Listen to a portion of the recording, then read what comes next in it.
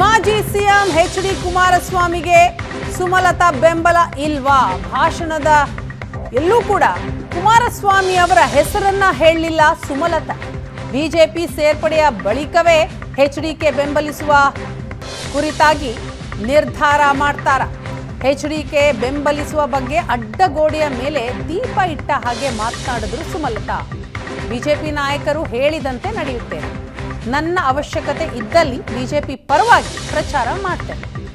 BJP ಪಕ್ಷದ ನಿಲುವೇ ನನ್ನ ನಿಲುವು ಅಂತ ಸುಮಲತಾ ಹೇಳಿದ್ದಾರೆ. ಪಕ್ಷ ಸೇರ್ಪಡೆ ಇನ್ನು ಕೆಲವೇ ದಿನಗಳಲ್ಲಿ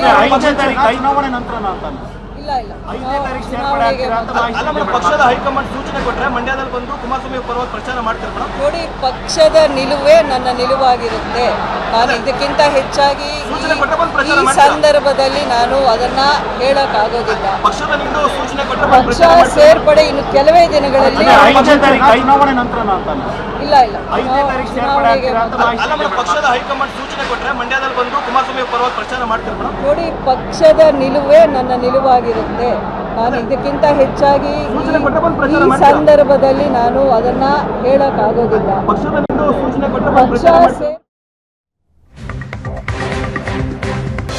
ಹಲವಾರು ವಿಚಾರಗಳ ಬಗ್ಗೆ ಇವತ್ತು ಸುಮಲತಾ ಅವರು ಮಾತನಾಡಿದ್ರು. ಅದರಲ್ಲಿ ಪಕ್ಷೇತರರಾಗಿ ನೀವು ನಿಲ್ಲಬೇಕು ಅಂತ ಬೆಂಬಲಿಗರು ಹೇಳಿದ್ರು.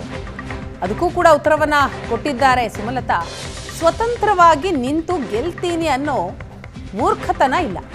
52 ವರ್ಷದ ಮಹಿಳೆ ಸ್ವತಂತ್ರವಾಗಿ ಗೆದ್ದು ಈಗಾಗಲೇ ಇತಿಹಾಸ ನಿರ್ಮಿಸಿದ್ದೆ. ಮಂಡ್ಯ ಬೆಂಬಲಿಗರ ಸಭೆಯಲ್ಲಿ ಸಂಸದೆ ಸುಮಲತಾ ಅವರು ಹೇಳಿದಂತಹ ಮಾತಿದು. MLA ಆದರೆ ಸ್ವತಂತ್ರವಾಗಿ ನಿಂತು ಗೆಲ್ಲಬಹುದು. MP ಚುನಾವಣೆಯಲ್ಲಿ ಇಂಡಿಪೆಂಡೆಂಟ್ ಆಗಿ ಗೆಲ್ಲೋದು ಕಷ್ಟ ಅನ್ನೋದನ್ನ ತಮ್ಮ ಬೆಂಬಲಿಗರಿಗೆ ತಿಳಿ ಹೇಳಿದ್ದಾರೆ ಸುಮಲತಾ.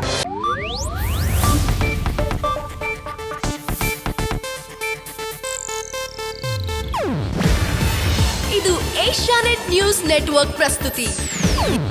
ನೀವು ನೋಡ್ತಿದ್ದೀರಾ ಏಷ್ಯಾನೆಟ್ ಸುವರ್ಣ ನ್ಯೂಸ್.